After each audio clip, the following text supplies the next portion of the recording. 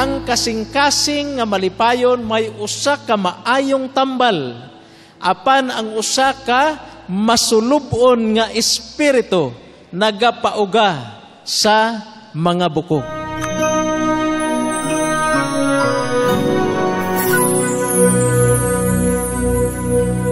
Ang sekreto sa mahimsog nga pagkinabuhi.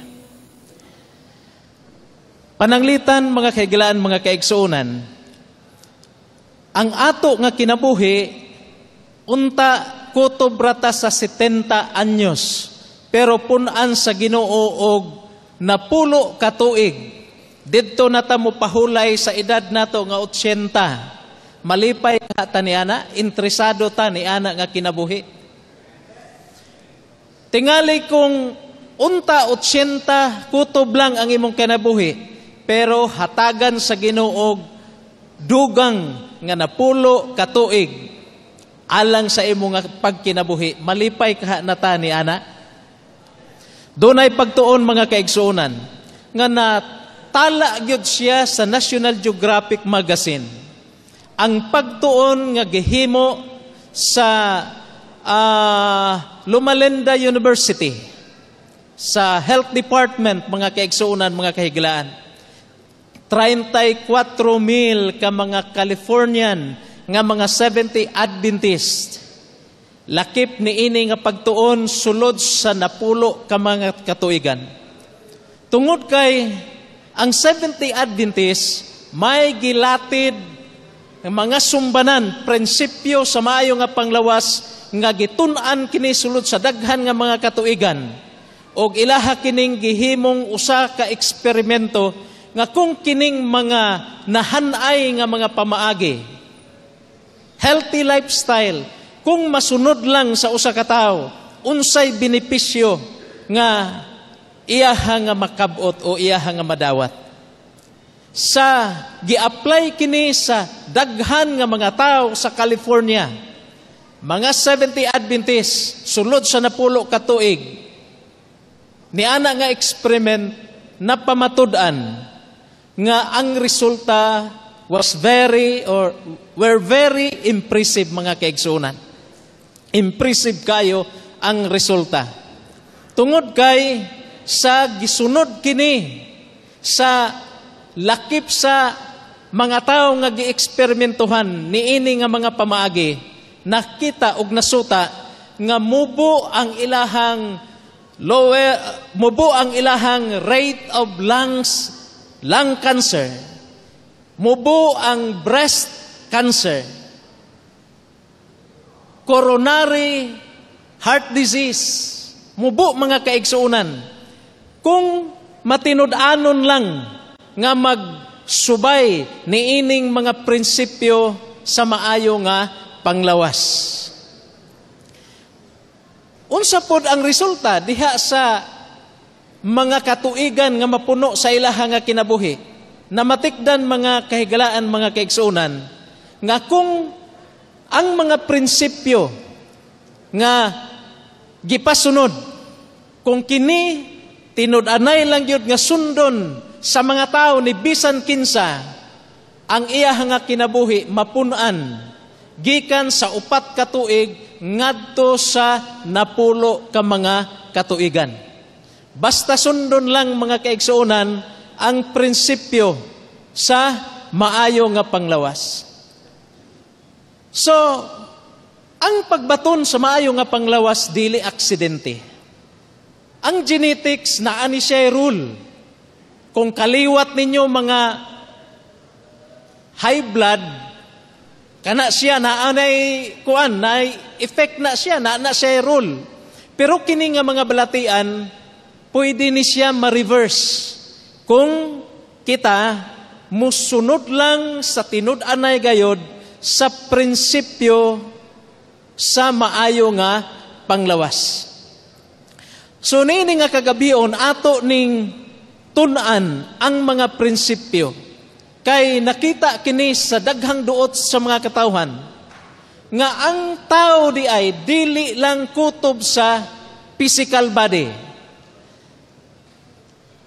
Ang tao, mga kaigsuonan, nalangkob sa physical, sa mental, sa social, o sa spiritual. Kining upat, dili gayod managkabulag. Dili managkabulag. Unsay makaapekto sa atong hunahuna, mo resulta sa diha sa ato nga panglawas. Our spiritual condition has an impact on our physical condition and vice versa.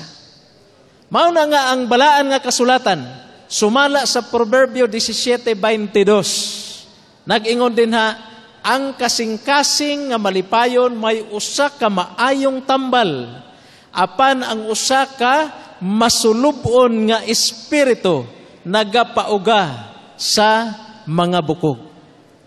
So dako gyud og epekto mga kaigsuonan kung ang usa ka tawo nagpuyo nga malipayon, no? Malipayon mga kaigsuonan. Gani nagsulti ang ikatulong Juan, versikulo 2, hinigugma gipanghinaot ko nga magamauswagon unta ikaw sa tanang butang o nga maayo ka sa panglawas, maingon nga nasayran ko nga mauswagon ang imong kalag. Mao kini ang handom ni Apostol Juan. Mao ni handom sa Ginoo nga kita mga kaigsuonan, mga kahigalaan, managpakabaton sa maayo nga panglawas. Does what we eat affect our health? Tinuod kaha nga kung unsay atong kaunon nakaepekto kini sa ato nga panglawas. Sa inyong hunahuna, mo epekto ka? Dako kayog epekto mga kaigsuonan. Nagpataka ta og kaon, ha? Mo epekto na sa ato nga panglawas. Wa ba mo nagmahay sa inyong kondisyon sa inyong lawas karon? Tingali ang uban nagmahay sa kondisyon sa ilang nga lawas karon. Sa una, walay kwarta, di ta kapalit og mga maayong makaon. Kay way kwarta. Sige ratag asin, sige tuyo, wala mabalance ang atong gipangkaon. Mauna nga payatuod pero high blood. Tungod sa atong gipangkaon ni adto kay wa man tay ikapalit nga mabalance ang atong mga pagkaon. Karon nga naa na unta tay kwarta, di na puta kakaon og tarong. Ngano man? Bawal naman pod. Pertigong alkansihan nato ning kinabuhi. Kay ngano, unsay atong gikaon, makaapekto gayod kini diha sa ato nga panglawas. Physical and mental health go hand in hand with our spiritual being. So, si Apostol Paul, naa siya'y pahimangno, naa siya'y apil sa matag usa kanato, sumala sa nasulat sa unang Korinto 10:31. Nag-ingon siya, busa kung mangaon kamo, kung manginom kamo, kung bisan unsa ang inyong pagabuhaton, buhaton ninyo ang tanan alang sa himaya sa Dios. Mao na iyang pahimangno, unsay atong kanon, unsay atong imnon, unsay atong buhaton. Kinahanglan nga nahimaya ang Dios. Kay tingali naatay gipang inom, naatay gipang kaon, naatay gipang buhat, apan mga kaiglaan, mga kaigsuunan, supak sa kabubuton sa Ginoo nga mo resulta diha sa dili maayong panglawas. Karon daghan kayo nabalaka ta sa ato nga mga kabatanunan, expose kaayo sa radiation, expose kaayo sa mga gadgets. May batan-o ni anhi dinhi, ni ana estudyante sa atong mga magtudlo sa atong eskwelahan, sa usa sa atong mga eskwelahan dinhi. Nangayo og tabang kay nagka-cancer na. Ni ana sa mga maestra. Naa ang ako apod nga misis. Ang iyahang nga sugilanon ingon ni ang batan-on nga nag-graduate na unta sa college pero dinhi sa ato ang elementary nag-eskwela. Kanang ma'am, naa sila nagtrabaho sa call center.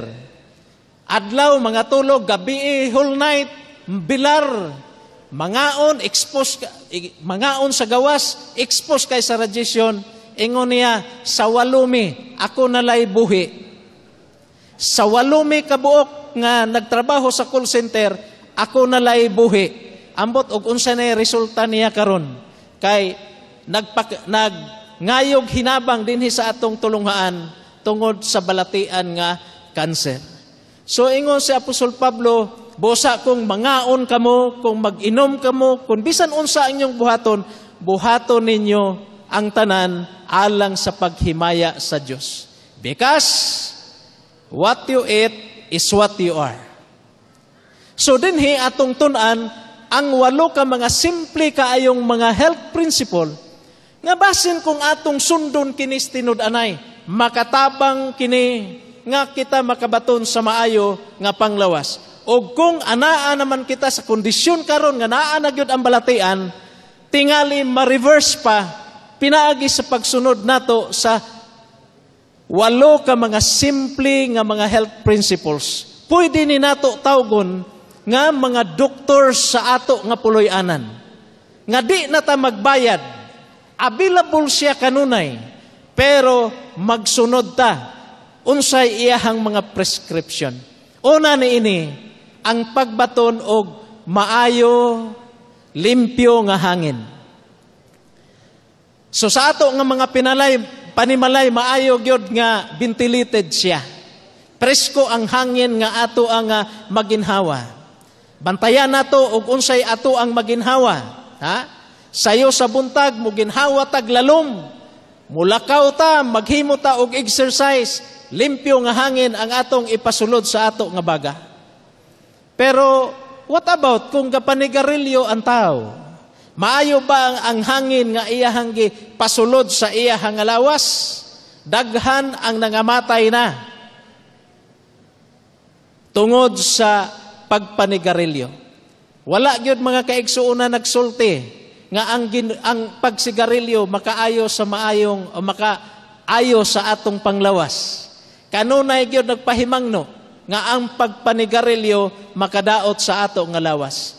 Mo resulta sa mga lung cancer, emphysema, heart disease, ug daghan pa nga mga balatian. Ug kining addiction nato sa nicotine. Usa ni sa mga butang nga lisod kaayo nga walaon diha sa tao. Kung addicted na ta mga kaigsunan sa nicotine tungod sa mga pagpanigarilyo.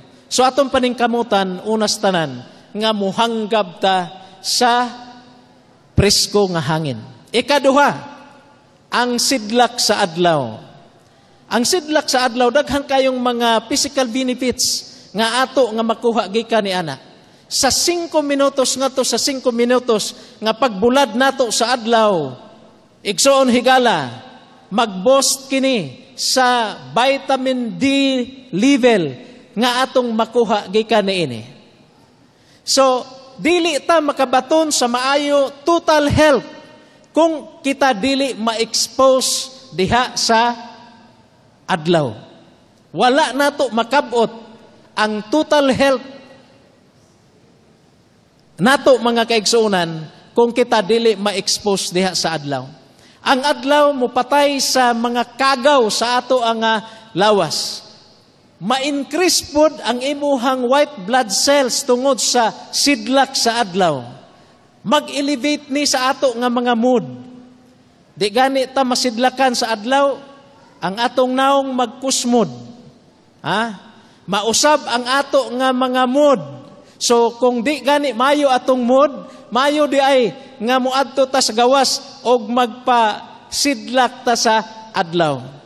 Kinisad siya mag-boost sa production sa mga endorphins, kinahanglan nato ni para sa atong mga pagtulog, serotonin, importante kani ang adlaw mga kaigsuonan makatabang niini. Gani magatabang sad siya sa ato ang mga digestion.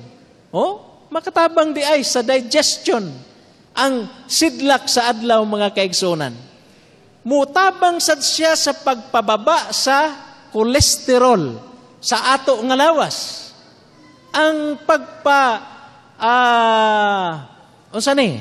Pagpailalom nato sa siga sa adlaw mga kaigsunan, makatabang ni sa pag-lower sa ato nga kolesterol. Unya, makareduce sad siya og stress ang adlaw. So maayo gid ay magpainita.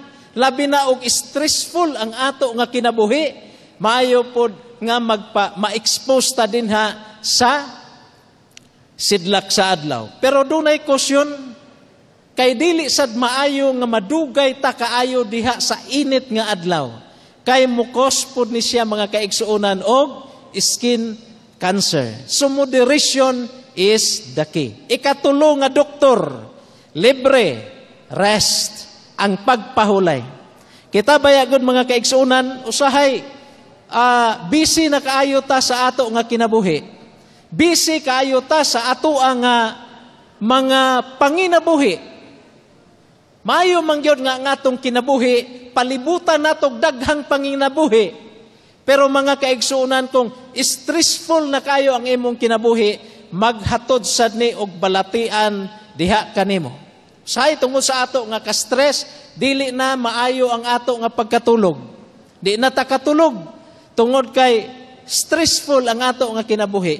Unya mudangop na lang dayon ta og mga tawag na to quick fix pill aron makatulog ta, moinom ta og medisina aron nga makatulog ta. Igsuon ang natural nga pagpahulay, pagkatulog, kini siya mag-repair sa ato nga kaugalingon. Mao na nga unsang orasa gyud nga dapat matulog na ta. Mas maayo gyud makatulog tag sayo 8 o'clock, 9 gyud sagad. Okay, 9 makapahulay na ta. Kay mauna gyud na ang oras nga matulog dapat ta. Ha?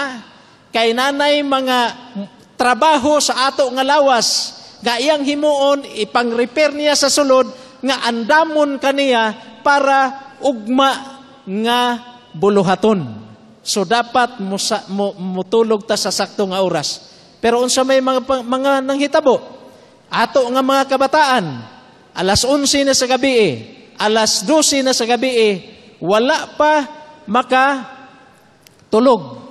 Kaya nga no, expose sa ilaha nga mga gadgets. Bantayanan kayo mga kaigsunan.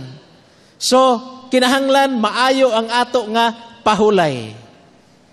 Makatabang ang sakto nga pahulay sa pag-fight og mga balatian sa ato nga lawas. Kung naa kay infection sa imong nga lawas, unya nag-fever ka, pasalamat ka nga nag-fever ka. Nagpasabot nga ang imong lawas ni fight mga kaigsuunan sa infeksyon, sa balatian nga naa sa sulod nimo. Naa kay mga nailusay, gilusayan ka, pasalamat ka mga kaigsuunan kay nagpasabot na nga ni fight ang imong lawas batok sa infeksyon nga naa diha sa sulod. Okay. So, kinahanglan atong batnan ang maayo nga ang ato nga pagkatulog mga kaigsuonan. So, ang pagpahulay mga kaigsuonan, importante kaayo kini siya nga mabatnan nato ug ato gayod nga ma-maintain kay kini makatabang ni siya diha sa pagbaton sa maayo nga panglawas. Ato ang sundon kini nga mga prinsipyo kay importante kaayo ni nga mga prinsipyo nga sundon sa tao aron makabaton siya sa maayo nga panglawas. Okay? Kay kung ang tao mga kaigsuunan kulang na siya og tulog, unsa may resulta niya? Irritable siya. Usa sa mga epekto kung kulang tagtulog, irritable, dili maayo ang ato ang mood. Dili sad maayo ang imuhang pagtrabaho kung mo trabaho ta nga wala tay tulog. Tinuod dili. Tinuod na. Dili maayo ipahiyom kung wala tay tulog. Tinuod na siya. So daghan kaayo ang maapektuhan daghan kayong maapektuhan kung kulang ta og tulog mga kaigsuonan. So, importante gyud ang pagpahulay. So, bisan gani sa balaan nga kasulatan, gisulat gayud kini sa Ginoo mga kaigsuonan. Kining ato ang pagpahulay at least usa ka adlaw sa usa ka semana. Ug kana iyang gisulti sa balaan nga kasulatan, Genesis 2:1 ngadto sa 3. Ingon niya, thus the heavens and the earth and all the host of them were finished. And on the seventh day, God ended His work which He had done. Bisan ang Ginoo mga kaigsuonan, iya hagyong gi-prescribe nga ang tao makabaton og pahulay usa ka adlaw sa usa ka semana o kana nga adlaw mao ang ika-7 ka adlaw, di ba?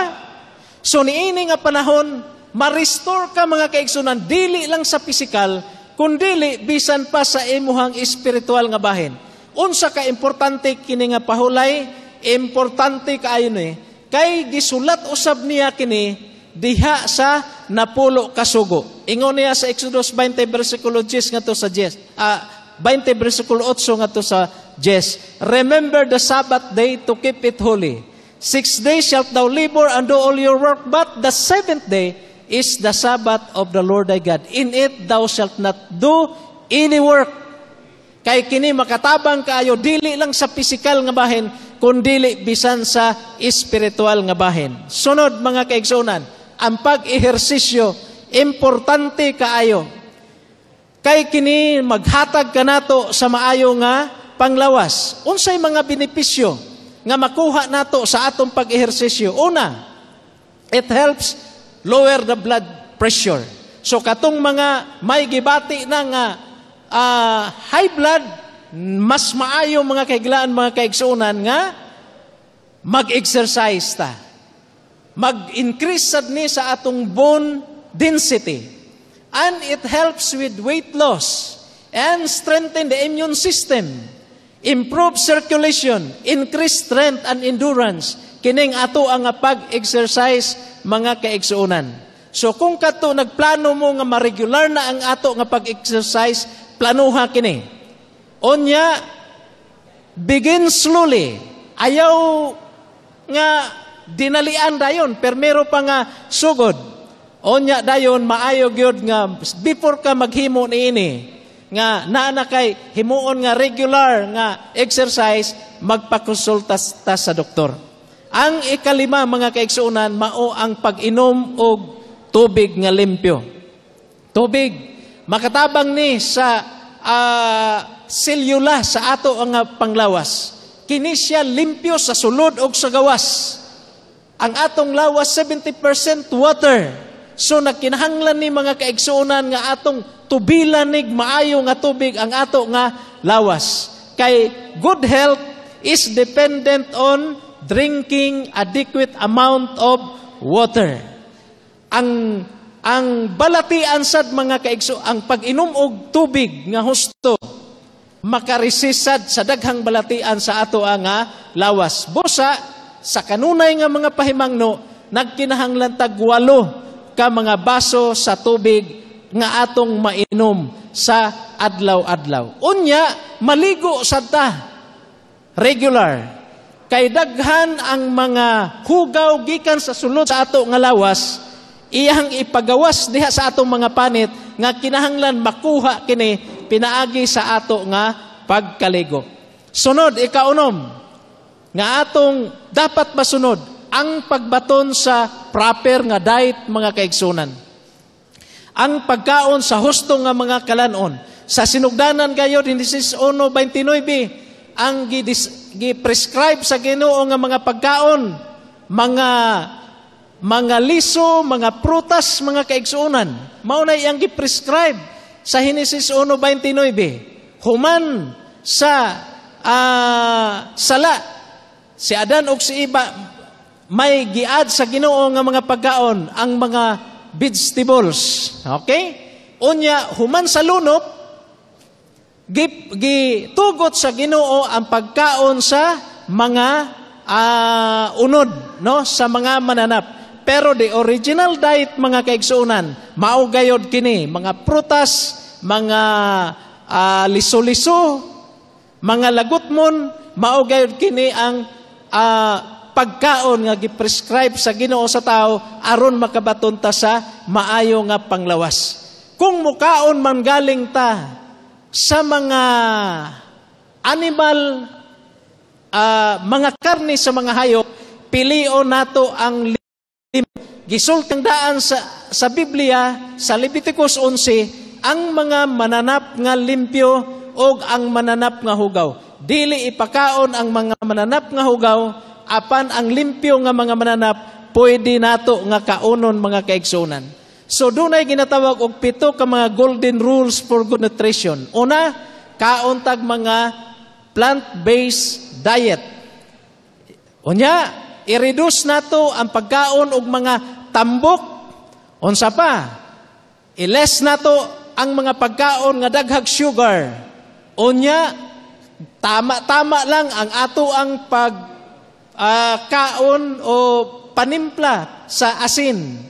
Unya, kauntag daghang prutas, mga otanon o mga whole grains. Unsa pa? Kinahanglan nga mukaon gyud ta sa atong pamahaw. Ang uban daghan baya gaskip og pamahaw na matikdan sumalas pagtuon nga bubo ra og kinabuhi ang mga tawo nga gaskip og pamahaw. Og likayan nato, mga kaigsuunan, ang pagkaon in between meals, no? Maayo nga makarelax ang ato ang tiyan sa paggaling sa mga pagkaon. Maayo gyud nasuta nga dili maayo ang pagkaon og mga pagkaon tunga-tunga sa ato ang regular nga pagkaon, mga kaigsuunan. So, sa Biblia, ang Ginoo may giprescribe nga mapagkaon. Og miabot ang panahon nga ang karne pwedeng kaunon, pero mga kaigsuunan, may mga ilhanan sa pwede kaunon og sa dili pwede kaunon. Gani, ang Deuteronomio 14:8 nag-ingon, "The swine is unclean for you, because it has cloven hooves, yet does not chew the cud." Ang mga mananap ay nga limpyo, kinahanglan na ang iyang kukupikas, ang iyang tiil buak, unya nagapangusap, ilhana na sa mga mananap nga limpyo. Dili wa gani makita ng tulo ka ilhanan, gi-consider na siya, mga kaigsunan, hugaw nga mga mananap nga mga kanunon. So, sunod, mga kaigsunan, i-avoid natong mga harmful things. Unsa may mga harmful things, mga ilimnon, makahubog, mga sigarilyo. Gani, ang proverbio nagsulti nga, kinsa may mga tao nga dunay mga samad nga wala bay kanang hinungdan, nangasamad lang nga way hinungdan, sila nga nagpabilin, mga kaigsuunan, diha sa mga pag-inom-inom. Kay nga naman, dili naman katarong og lakaw, mga tagak naman sa kanal, mga bunggo na sa mga poste nga wa ra gyud unta, di ra gyud unta, tungod, mga kaigsuunan, kay nakontrol na sa bino. Unya, ang unang Korinto 6:10 nagsulti, wala ay tao nga nagkinabuhi nga sama ni ana nga pasudlon sa Ginoo diha sa iyaha nga gingharian. So likaya nato ni nga mga butang aron makabaton ta sa gitawag nato og maayo nga panglawas, kay kini sila tanan makadaot sa atong panglawas. Ug ang katapusan, trust in the divine power. Ang pagsalig nato sa gahom sa kitasan, importante kayo na aron makabaton ta sa maayo nga panglawas. Abi ninyo, giistudyuhan ang mga tao, malalaki man og babae, nga nagasimba, bisan dili kanunay, na matikdan, nga mas taas sila og kinabuhi, kay ni atong wala ga simba, mga kaigsuunan. So, importante di ay, nga doon na tayo Diyos, katabang kini sa pagbato nato sa maayo nga panglawas, mga kaigsuunan. So, maayo nga makigrelasyon ta sa Ginoo, no? Kabahin kini sa pagbaton sa ato nga panglawas, nga lambig kita diha sa Diyos mga kaigsuonan. So, ang mga kalalakinhan nga nagasimba na matikdan usab mga kaigsuonan nga gamay ingon nato nga insidente sa mga heart attack, hardening of the arteries, mga high blood pressure, kung ang usa ka tawo ay mga kaigsuonan unsa naa sa pagpangalagad sa Ginoo. Busa niini nga kagabion mga kaigsuonan. To conclude, atong panimhaon nga masunod nato ang kabubuton sa Ginoo. Kay kini nalatid na niya diha sa balaan nga kasulatan. Christ not only wants us to be ready to meet Him when He comes, but He also wants to improve the quality of our present lives. We can cooperate with Him in doing that by following His basic health principles. So ang ato nga mga pag-ampo, mga kahiglaan o mga kaigsuonan nini nga kagabihon, mahisama unta nini. Dear Father in heaven, I want to live as Jesus lived, a life in holiness and purity. Thank you for your promise of the power to overcome and for eternal life. By your strength and grace, help me surrender everything, every harmful thing in my life. Please give me strength to have the willpower to overcome my bad habits so I can truly live for you.